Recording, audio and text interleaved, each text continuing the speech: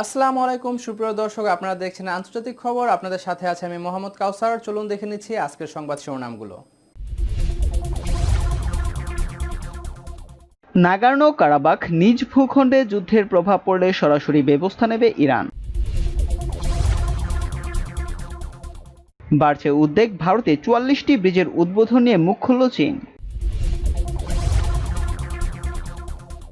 যুদ্ধ প্রস্তুতির উপর গুরুত্ব দিতে বললেন চীনের প্রেসিডেন্ট শি জিনপিং। ইসরায়েল ইস্যুতে বিরুদ্ধচারণকারীদের কঠিন হুঁশিয়ারি বাহরাইনের। মালিতে সেনা চৌকিতে সন্ত্রাসী হামলা, নিহত ২৫। ইসরায়েলের সামরিক প্রশিক্ষণ কেন্দ্রে দুদল সেনার সংঘর্ষ, আহত ২১। যুদ্ধের জন্য আঙ্কারাকে দায়ী করল আর্মেনিয়া, পাল্টা হুঁশিয়ারি তুরস্কের। সুপ্রিয় দর্শক, এতক্ষণ দেখছিলেন সংবাদ শিরোনামগুলো। এখন আমরা চলে যাচ্ছি বিস্তারিত খবরে। আগেই চিন্তা প্রকাশ করেছিল ইরান, এবার সে ঘটনাই ঘটল। নাগোর্নো কারাবাখ ঘিরে আর্মেনিয়া এবং আজারবাইজানের সংঘাতের প্রভাব সরাসরি গিয়ে পড়ল ইরানে। ইরান জানিয়েছে ইরান সীমান্তে আজারবাইজানের রকেট এসে পড়েছে। এই ঘটনার পরে ফের ইরানের তরফে জানানো হয়েছে দ্রুত যুদ্ধ বন্ধ করে শান্তি বৈঠকে বসুক দুইটি দেশ। ইরান মধ্যস্থতা করতে রাজি, যদি তারা লড়াই চালিয়ে যায় তাহলে খেয়াল রাখতে হবে তার প্রভাব যেন পার্শ্ববর্তী দেশে গিয়ে না পৌঁছায়। ফের ইরানের যুদ্ধের কোনো প্রভাব পড়লে তেহরান সরাসরি ব্যবস্থা নেবে বলেও হুমকি দেওয়া হয়েছে। আর্মেনিয়া এবং আজারবাইজানের যুদ্ধ নিয়ে প্রথম থেকে আশঙ্কা প্রকাশ করেছে ইরান। দুইটি দেশেরই সীমান্ত রয়েছে ইরানের সঙ্গে। শুধু তাই নয়, আর্মেনিয়া এবং আজারবাইজান দুই দেশের মানুষই ইরানে বসবাস করেন। বস্তুত এই মুহূর্তে ইরানে প্রায় ১ লাখ আর্মেনিয়ান থাকেন। আজারবাইজানের মানুষের সংখ্যা তার চেয়ে ঢের বেশি, প্রায় ১,৫০,০০,০০০। ইরানের মোট জনসংখ্যা ৮,২০,০০,০০০-এর মতো। আজারবাইজানের জনসংখ্যা ১ কোটির সামান্য বেশি। সেখান থেকে আজেরি মানুষের সংখ্যা ইরানে বেশি। ইরানের বাজার নিয়ন্ত্রণ করে আজারবাইজান। প্রশাসনেও বহু আজেরি কাজ করেন। কিছুদিন আগে প্রশাসনের উচ্চপদস্থ কিছু কর্তা ব্যক্তি চিঠি দিয়ে আর্মেনিয়াকে নাগোর্নো কারাবাখে আজারবাইজানের হাতে ছেড়ে দিতে বলেছিলেন। শুধু তাই নয়, গত কিছুদিনে তেহরানের রাস্তায় বিপুল পরিমাণ আজেরি মানুষ বিক্ষোভ দেখিয়েছে। আর্মেনিয়ার মৃত্যু কামনা করা হয়েছে। বর্তমান পরিস্থিতি নিয়ে এই কারণে ইরান এতটা চিন্তিত এবং এই যুদ্ধে ইরানের একটা বড় অংশের মানুষের সমর্থন আজারবাইজানের দিকে। সরকারিভাবে আর্মেনিয়ার সঙ্গে কথাও বলেছে ইরানের উচ্চপদস্থ প্রশাসনিক কর্মকর্তারা। কিন্তু আশঙ্কা অন্য জায়গায়। দীর্ঘদিন ধরেই ইরানের ভয় উত্তর ইরানের যে অংশে আজারি মানুষের সংখ্যা সবচেয়ে বেশি, আজারবাইজান তা দখল করার চেষ্টা করবে। সাম্প্রতিক যুদ্ধ সেই আশঙ্কা আরো বাড়িয়ে দিয়েছে। নাগোর্নো কারাবাখের যুদ্ধ যদি আরো বিস্তৃত হয় তাহলে ইরানের সীমান্ত সুরক্ষিত থাকবে না বলে মনে করা হচ্ছে। সে কারণে বারবার ইরান এই যুদ্ধ থামাবার কথা বলছে। আমেরিকা ইরানের বিরুদ্ধে নিষেধাজ্ঞা জারি করার পরে ইউরোপের তেলের ব্যবসায় আজারবাইজান গুরুত্বপূর্ণ অবস্থান নিয়েছে। আমেরিকা এবং ইসরায়েল আজারবাইজানকে ওই অঞ্চলের সবচেয়ে শক্তিশালী অর্থনীতি বলে মনে করে। তুরস্কের সঙ্গে আজারবাইজানের ঘনিষ্ঠ সম্পর্ক রয়েছে, ফলে সেই দিক থেকে ইরানের সঙ্গে আজারবাইজানের শত্রুতাও রয়েছে। সব মিলিয়ে এক জটিল পরিস্থিতি তৈরি হয়েছে। যুদ্ধ বিস্তৃত হলে কে কোন স্বার্থে কোন পক্ষে সমর্থন জানাবে তা এখনই বোঝা মুশকিল। প্রতিটি দেশেরই নিজস্ব অঙ্ক আছে। ইরান চাইছে না সেই পরিস্থিতি তৈরি হোক।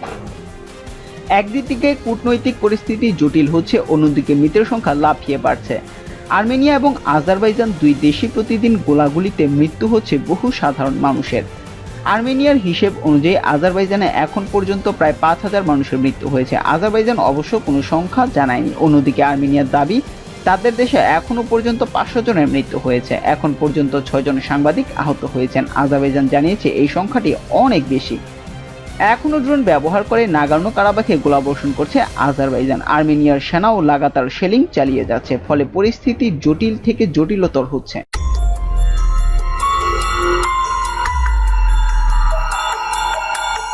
সীমান্তে শক্তি বাড়াচ্ছে ভারত, আর তাতেই ঘুম উড়েছে চীনের। মঙ্গলবার ভারতকে কাঠগড়ায় দাঁড় করিয়ে চীন কার্যত সমালোচনা শুরু জানায়। সীমান্তে ভারতের ক্রমাগত নির্মাণ কাজ করে যাওয়াকে ভালো চোখে দেখছে না তারা। বেইজিং এদিন জানিয়েছে ভারতের এই পদক্ষেপ সীমান্তের উপর চাপ বাড়াচ্ছে। চীনের সঙ্গে সম্পর্ক আরো খারাপ হতে পারে এই ধরনের কাজে।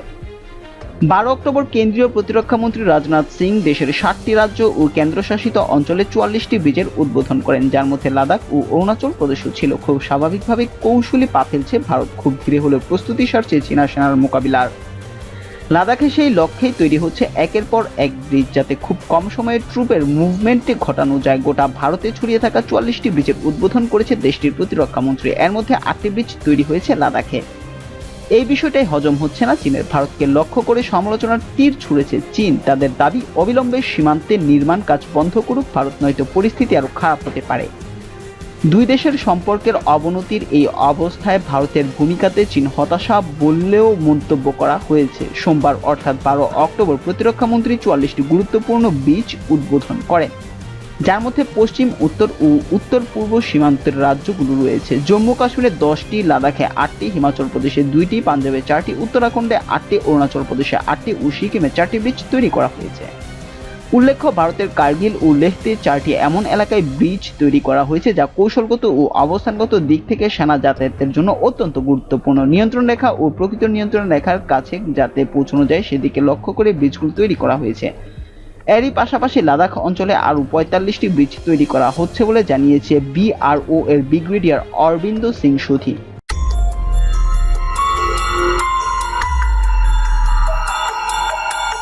চীনের প্রেসিডেন্ট শি জিনপিং তার নৌবাহিনীকে যুদ্ধের জন্য প্রস্তুতির বিষয়ে গুরুত্ব দিতে বলেছেন। সিনহুয়া মঙ্গলবার এই খবর প্রকাশ করেছে। চীনের দক্ষিণাঞ্চলীয় প্রদেশ গুয়াইদংয়ের ঝাওঝুতে People's Liberation Army, Navy, Marine Corps পরিদর্শনের সময় শি জিনপিং একথা বলেন। এ সময় তিনি অভিজাত বাহিনী গড়ে তোলার উপরও গুরুত্ব আরোপ করেন। শি জিনপিং বলেন, নৌবাহিনীকে যুদ্ধের প্রস্তুতি ও রণকৌশলের উপর গুরুত্ব দেওয়া উচিত। নৌবাহিনী সর্বোচ্চ মাত্রায় সতর্ক থাকতে হবে। নির্দিষ্ট প্রয়োজনে নৌবাহিনীকে যুদ্ধ ও মিশন সংক্রান্ত প্রশিক্ষণের সঙ্গে সবসময় যুক্ত থাকতে হবে।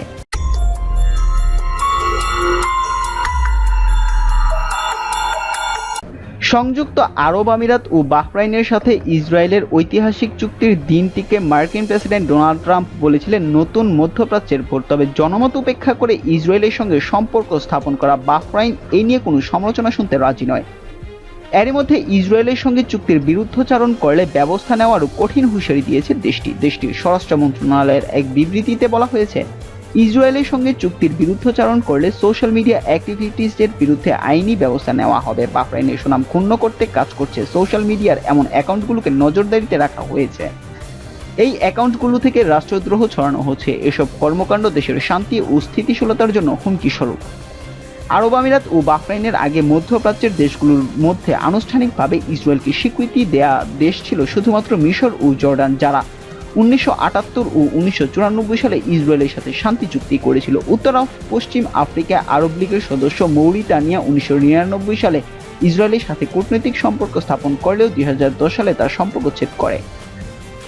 এখন দেখার বিষয় উপসাগরীয় অঞ্চলের অন্যান্য দেশ, বিশেষ করে সৌদি আরব, আরব আমিরাত ও বাহরাইনের পদাঙ্ক অনুসরণ করে কিনা। এখন পর্যন্ত সৌদি আরব ইঙ্গিত দিয়েছে যে তারা এই ধরনের কোনো চুক্তি করতে প্রস্তুত নয়। এ চুক্তির ফলে মধ্যপ্রাচ্যের দেশগুলোর মধ্যে হওয়া পারস্পরিক সম্পর্কের জের ধরে ওই অঞ্চলের নিরাপত্তা পরিস্থিতির ভারসাম্যে পরিবর্তন আসতে পারে।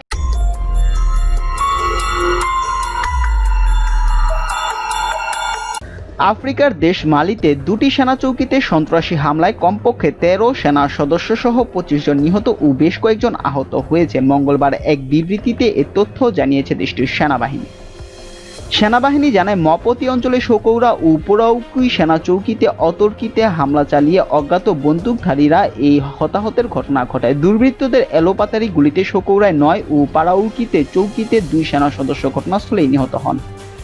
আহতদের উদ্ধার করে হাসপাতালে পাঠানো হয়েছে। হামলার পরই সন্ত্রাসীদের বিরুদ্ধে সাঁড়াশি অভিযান চালায় সেনাবাহিনী। এতে কমপক্ষে 13 সন্ত্রাসী প্রাণ হারিয়েছে বলে দেশটির কর্তৃপক্ষ দাবি করেছে।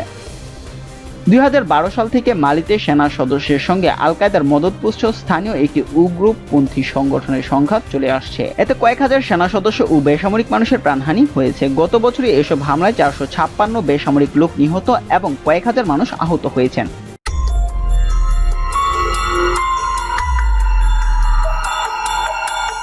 ইসরায়েলের একটি সামরিক প্রশিক্ষণ কেন্দ্রে 2 দল সেনার মধ্যে ব্যাপক মারামারিতে অন্তত 21 জন সেনা আহত হয়েছেন। 2টি আলাদা কোম্পানির সেনারা প্রশিক্ষণের জন্য অধিকৃত ভূখণ্ডের একটি ঘাঁটিতে অবস্থান করছিল। ইসরায়েলি সামরিক বাহিনীর দেয়া তথ্য অনুসারে গত রোববার দুপুরে খাবার খাওয়ার জন্য একটি ডাইনিং হলে লাইন ধরে অপেক্ষা করার সময় বেদুইন 585তম গোয়েন্দা ইউনিটের সদস্যদের সঙ্গে সাকেট ব্যাটালিয়ন কোম্পানির সদস্যদের কথা কাটাকাটি হয় এবং এক পর্যায়ে 2 দলের মধ্যে মারামারি শুরু হয়।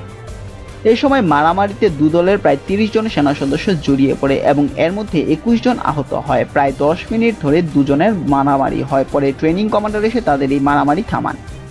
মারামারি এত মারাত্মক পর্যায়ে চলে যায় যে কয়েকজন সেনা তাদের রাইফেলে গুলি ভরতে শুরু করে। একজন প্রত্যক্ষদর্শীর বরাত দিয়ে ইংরেজি দৈনিক জেরুজালেম পোস্ট এই খবর দিয়েছে।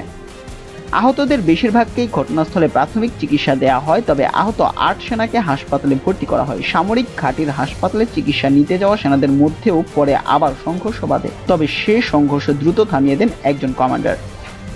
ইসরায়েলি সামরিক বাহিনীর মারামারির ঘটনাটি খুবই অস্বাভাবিক ও মারাত্মক বলে বর্ণনা করেছে। তারা বলছে এই ঘটনায় জড়িত প্রত্যেক সেনা সদস্যকে শাস্তির আওতায় আনা হবে।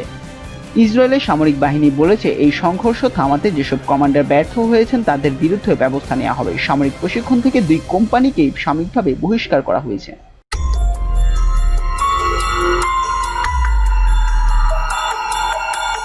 আজারবাইজানের সঙ্গে সংঘাতের জন্য আবারও তুরস্ককে দায়ী করেছে আর্মেনিয়া। দেশটির প্রধানমন্ত্রী নিকোল পাশিয়ানিয়ান বলেছেন তার বিশ্বাস তুরস্ক অবস্থান বদলালেই আজারবাইজান কারাবাখে সামরিক পদক্ষেপ স্থগিত করবে। বার্তা সংস্থা রয়টার্সকে দেওয়া এক সাক্ষাৎকারে তিনি এই কথা বলেছেন।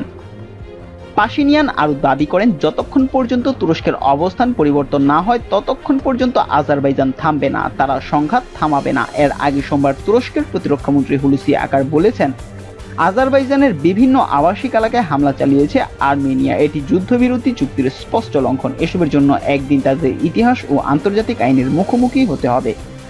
তুরস্ক হুঁশিয়ারি দিয়ে আরও বলেছে প্রতিবেশী আজারবাইজানের বেসামরিক নাগরিকদের উপর হামলার মূল্য দিতে হবে আর্মেনিয়াকে। নাগোর্নো কারাবাখ অঞ্চল নিয়ে আর্মেনিয়া ও আজারবাইজানের পুরনো সংঘাত গত 27 সেপ্টেম্বর থেকে নতুন করে আবার শুরু হয়। আন্তর্জাতিকভাবে নাগোর্নো কারাবাখ অঞ্চলটি আজারবাইজানের অবিচ্ছেদ্য ভূখণ্ড হিসেবে স্বীকৃত, কিন্তু আর্মেনিয়া নাগোর্নো কারাবাখ সহ এর আশেপাশের বিশাল এলাকা দখল করে রেখেছে।